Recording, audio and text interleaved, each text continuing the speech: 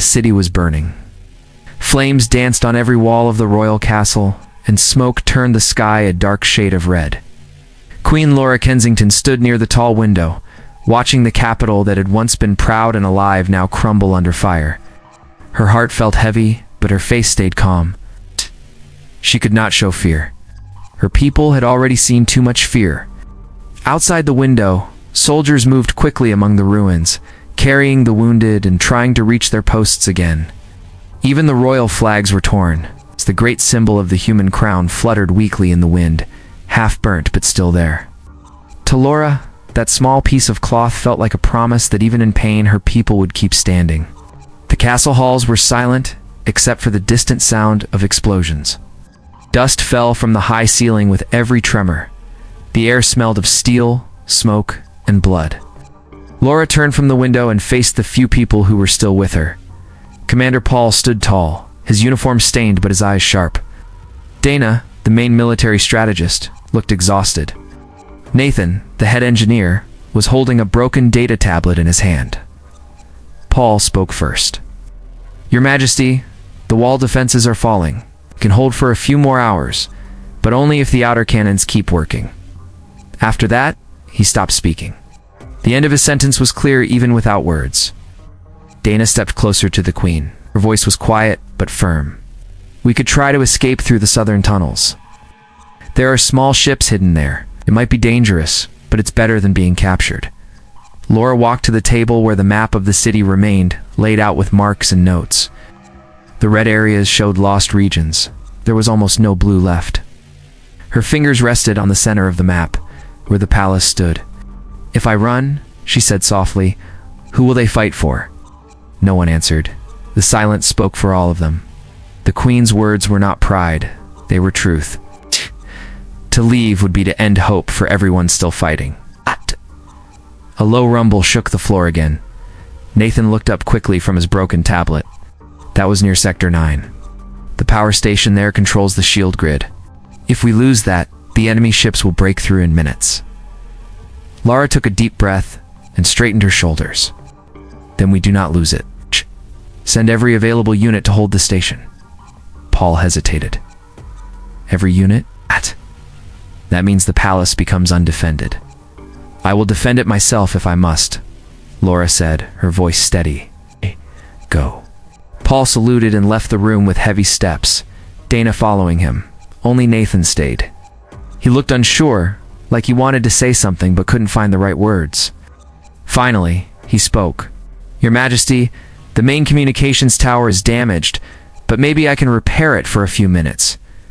If I succeed, you could send a message across space. Maybe someone will hear it. Someone who can help." Laura gave him a tired but kind smile.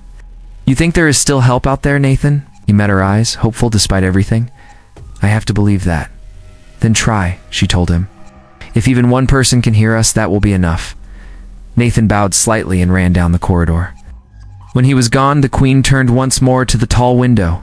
Night had fallen fully now. The city looked like a field of stars turned upside down, each burning tower reflecting the pain of the people below.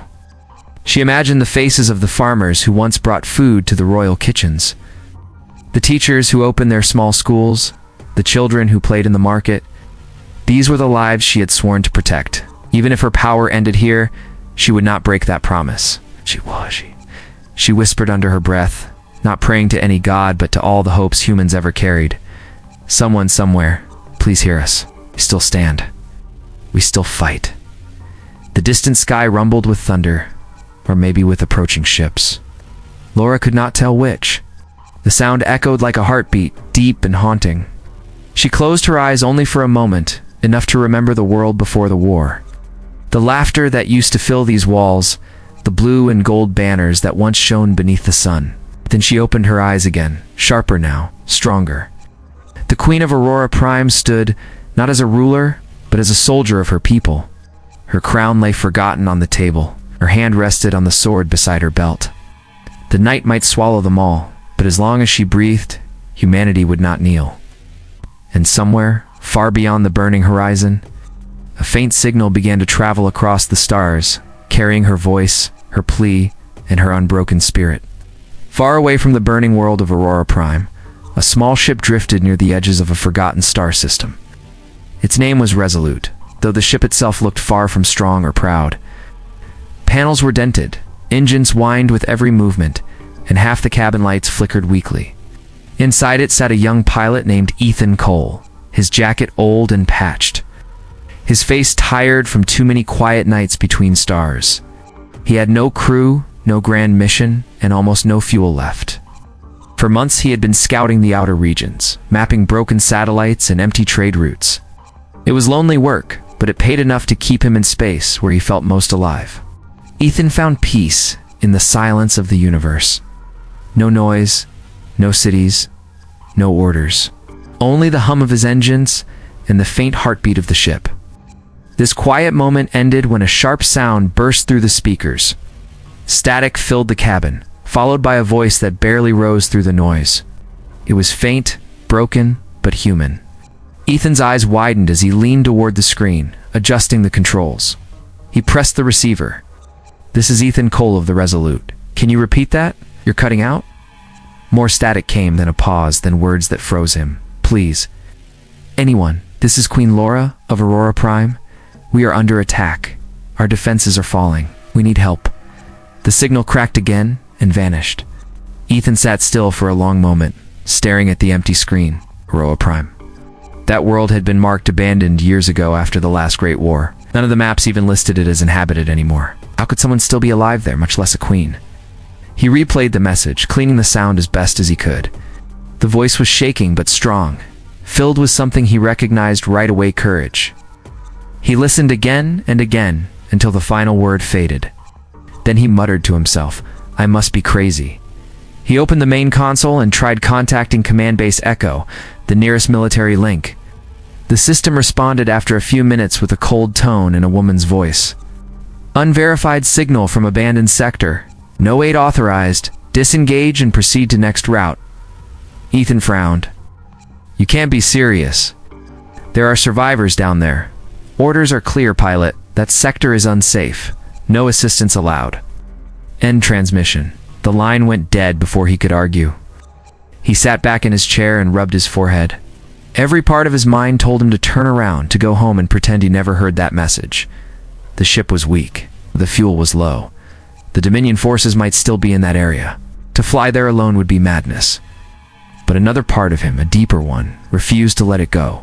He remembered his sister Mia, who used to say that silence makes cowards brave, because there's no one left to stop you from doing the right thing. He smiled at that memory, small but real. Then he began to type in new coordinates. The Resolute groaned as its engines warmed again. The ship had been in better shape, but it still obeyed. Ethan checked the weapons system half offline, shields barely stable, life support working at least. He looked out the window at the stars, endless and cold, and whispered, "Hold together, old friend. We've got people to save." He jumped too faster than light travel, and the stars stretched into long silver lines before him. Hours later, the journey grew rough. The old travel routes were filled with drifting metal fragments, silent reminders of past battles. Each collision made the Resolute shake and creak. Ethan kept his grip tight on the controls as alarms screamed. The navigation screen blinked red again and again. Still, he pressed forward. At one point, plasma smoke burst through an upper vent, filling the cabin with a metallic scent. Ethan coughed, grabbed a tool, and hit the console until the warning dimmed. "Come on, you're tougher than this," he told the ship, as if it could hear. Finally, he broke through the storm. The blue sphere of Aurora Prime appeared before him. It was beautiful, even in ruin, half of it covered in firelight, the other half dark as shadow. His heart squeezed at the sight. He switched to the main frequency and tried to contact the planet. "Aurora Prime Command, do you read me? This is pilot Ethan Cole of the Resolute. I picked up your distress signal. I'm here to help." Only quiet static answered him, pulled closer to the atmosphere. The ship's outer panels began to glow, heated by the pressure. The clouds looked thick with smoke, and flashes of explosions lit the surface below. There was no mistaking it.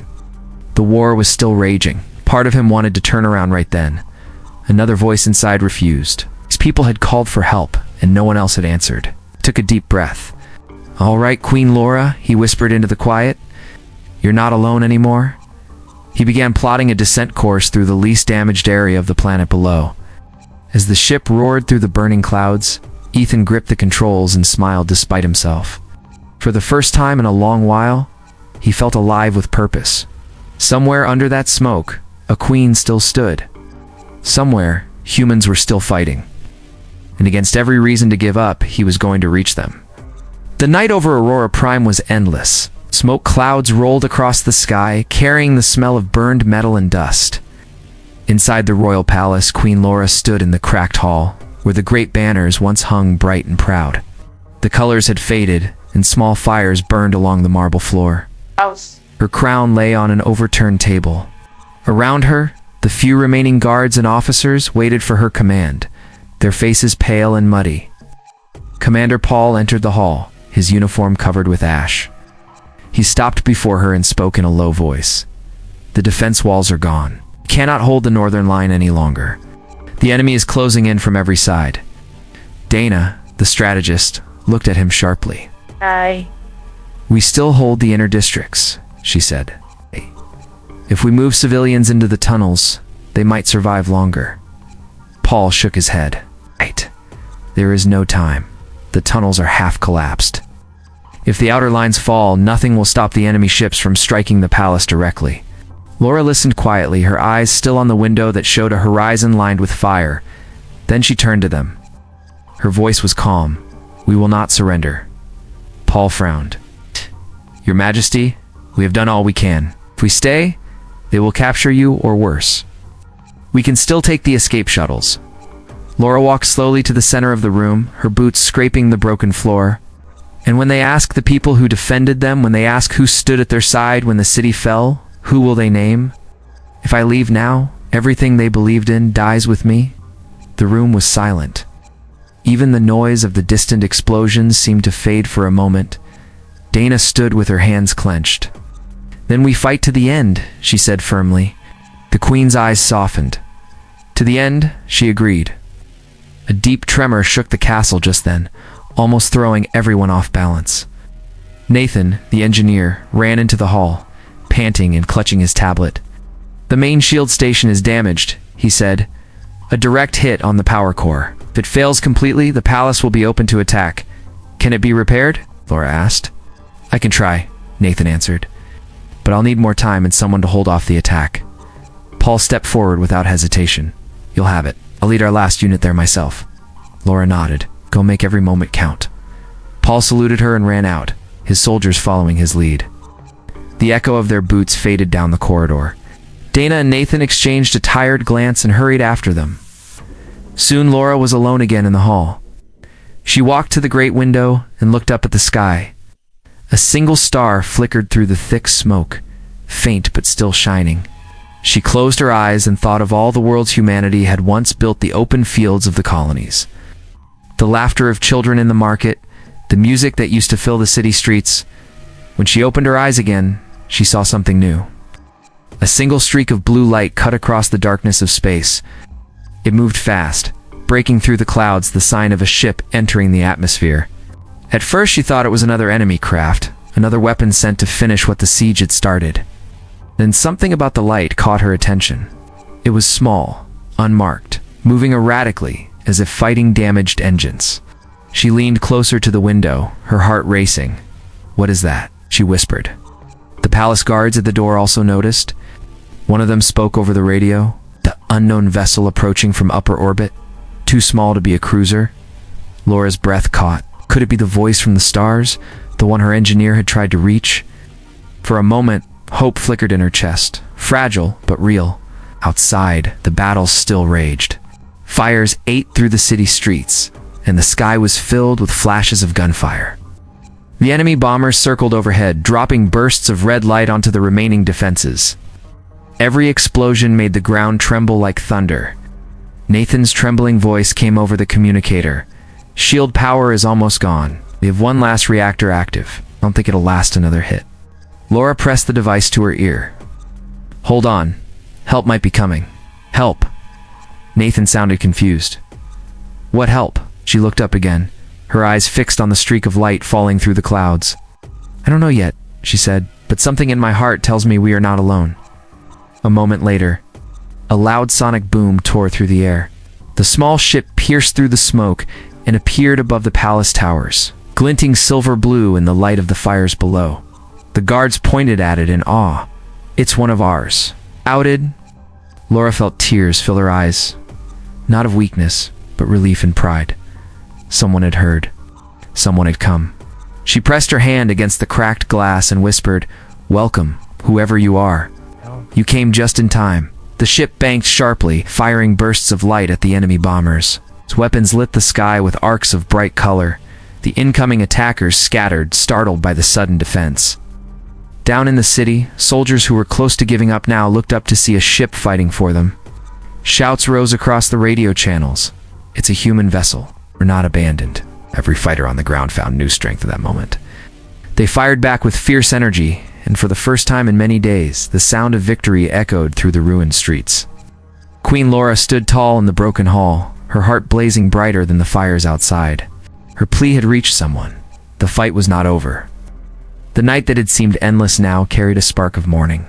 Ethan gripped the controls tightly as the Resolute shook from the force of the atmosphere. The old ship screamed as metal scraped against fire and smoke, but he did not stop. Through the narrow window, he saw the city of Aurora Prime covered with dark clouds and bright flames. He could make out small flashes of gunfire below, like tiny sparkles across a sea of ash. He had never seen a city so broken, yet so alive. Even from high above, he could tell people were still fighting. He felt a strange mix of fear and respect. This was not a city ready to surrender. This was a people refusing to die. The control screen beeped loudly, showing several enemy signals locking onto his ship. Ethan muttered, "Oh no, not today," and pulled the ship into a sharp dive. Beams of red light missed him by inches. The ship shook as one blast grazed the left wing, making the entire cabin rattle. Warnings flashed across every monitor, but Ethan just smiled slightly and said, "You'll hold together. I promise you will." He turned the ship to face the attackers.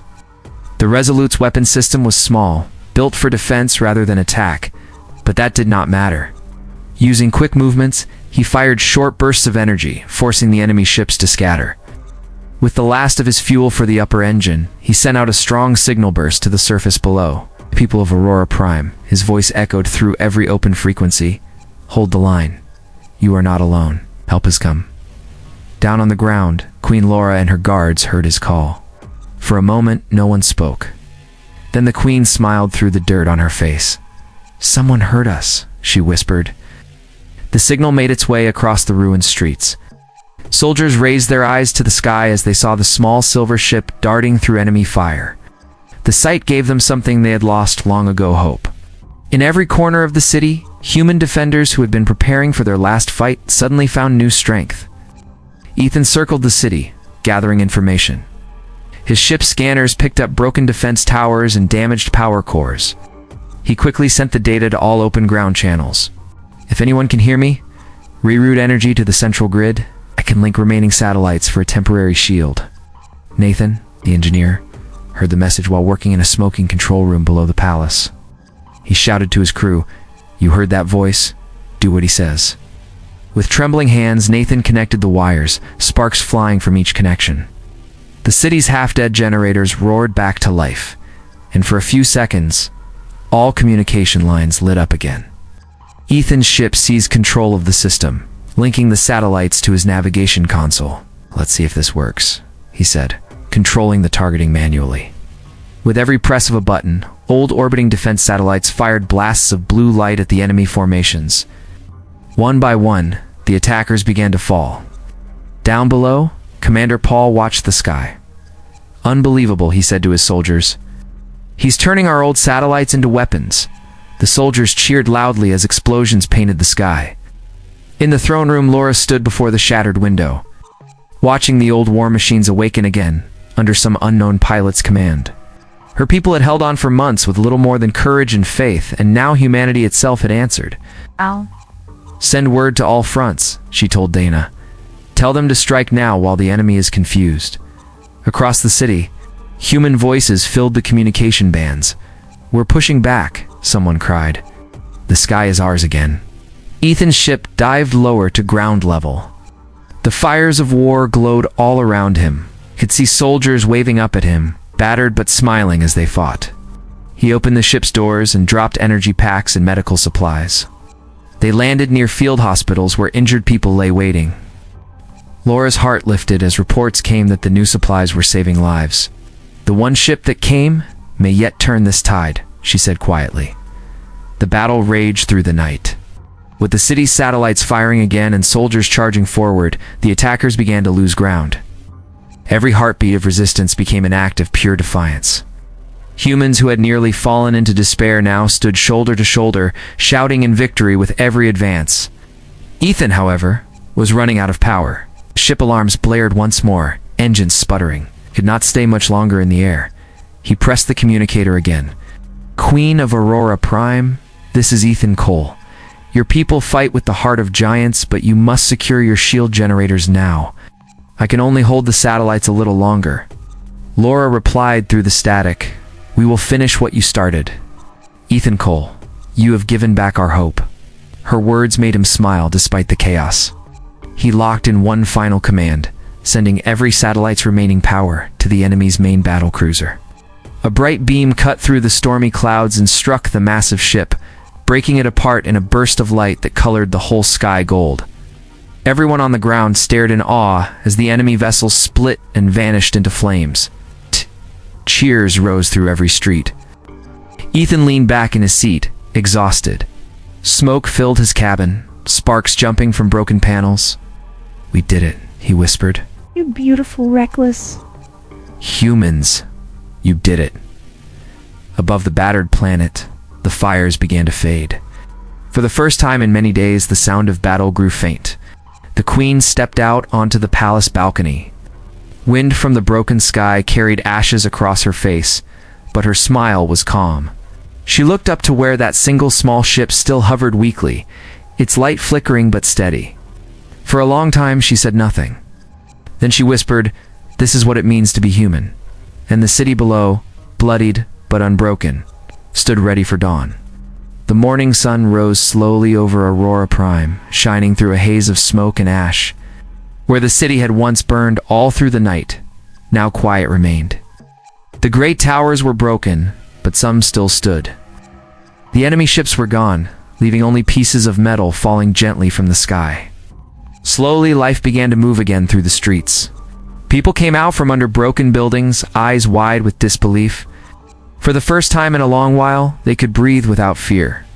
Queen Laura walked through the courtyard of the palace. The ground was covered with dust and broken stone, but the morning light made the place beautiful again in its own way. The once proud palace walls were cracked, yet she touched them softly, as one might touch a sleeping friend.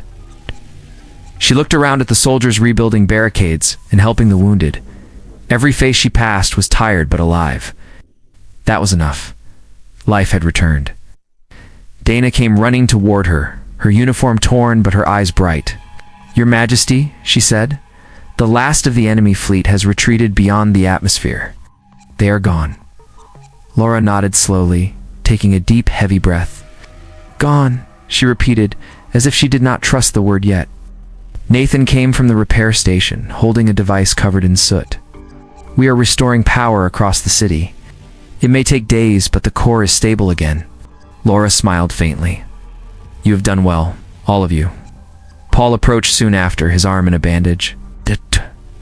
He spoke quietly, his voice rough. "We heard from the people in the southern shelters. They made it through the night. They send their blessings to you, Your Majesty." The Queen looked past him to the horizon. She was not thinking of her crown or her duty in that moment. Her thoughts were far away in the sky, where one ship had fought alone against an entire fleet. She turned to the communication officer standing nearby. "Do we have contact with the pilot?" The officer shook his head. "No signal yet, but we tracked his ship. It landed beyond the city, near the western hills." Laura turned to Paul at once. "Prepare a transport." "I'm going there." Paul hesitated. "But the area might still be unstable. It could be dangerous." "I know," Laura replied gently. "But he came here for us. The least I can do is go for him." The small transport made its way through the shattered streets, passing ruins and piles of debris. Smoke still hung over some areas, but the sound of rebuilding had already begun. People waved as the Queen's vehicle passed, their faces lighting with small smiles and nods of respect. She nodded back, her eyes filled with emotion. When the transport reached the western hills, the ground was scorched and black. In the distance, through the smoke, she saw the shape of a small silver ship, resting awkwardly on one side. It was half buried in dirt, but still intact. She stepped out of the vehicle with Paul and Nathan behind her, climbed up the hill until they reached the ship's door. It was opened slightly, and a thin trail of smoke rose from it. Laura pushed it open carefully. Inside, Ethan Cole sat in the pilot's chair, his head resting against the seat. He was covered in burns and dust, but breathing. He opened his eyes when he heard them. "You came," he said weakly, a faint smile crossing his lips. Laura stepped closer, smiling back. "You didn't think I'd let my hero fade away, did you?" Ethan looked surprised by her words. "I am no hero. I just couldn't ignore your voice." She placed a hand on his shoulder. "Sometimes, that is all a hero needs, to do not ignore the call." Paul and Nathan helped him out of the ship, wrapping a blanket around him. As they walked back down the hill, Ethan looked at the city below. Light shone between the rising columns of smoke, and the people were already moving again, rebuilding their homes. The sight made him stop for a moment. "They did it," he whispered. "They really did." Laura followed his gaze. "No," she said softly. "We did it. Humanity did it." When they reached the city again, the streets were filled with cheering. People clapped their hands, some crying openly. Children ran between the crowds, waving torn flags. The Queen raised her hand, not as a ruler giving orders, but as another survivor sharing their joy. Ethan stood beside her, still weak but smiling, his eyes wide as he saw how the people looked at them, not as symbols, but as reminders of what human hearts could do when they refused to break. Days later, when the fires were gone and power returned to the city, the workers placed a small statue in the courtyard. It showed a human hand raised toward the stars. Queen Laura stood beside it in silence as the people gathered.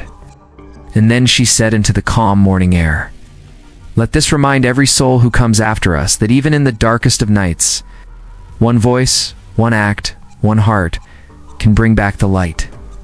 Ethan watched from nearby, leaning on a cane, still recovering. His eyes went to the sky above. The stars there seemed closer now, like they had heard and answered. As the people cheered again, Laura turned to him. "You gave us hope, Ethan. You gave us back our strength." He laughed quietly. "All I did was fly toward a voice, Your Majesty. The rest was all of you." She smiled. "Then let that be our story. Humans don't give up. Not ever." And as the sun rose higher, touching the broken towers with gold, the rebuilt city of Aurora Prime stood shining as proof that the heart of humanity could never be conquered. Their scars would remain, their memories would stay, but their spirit had returned brighter than before. The world that had nearly fallen now stood reborn, built on courage, sacrifice, and the unshakable will of those who refused to kneel.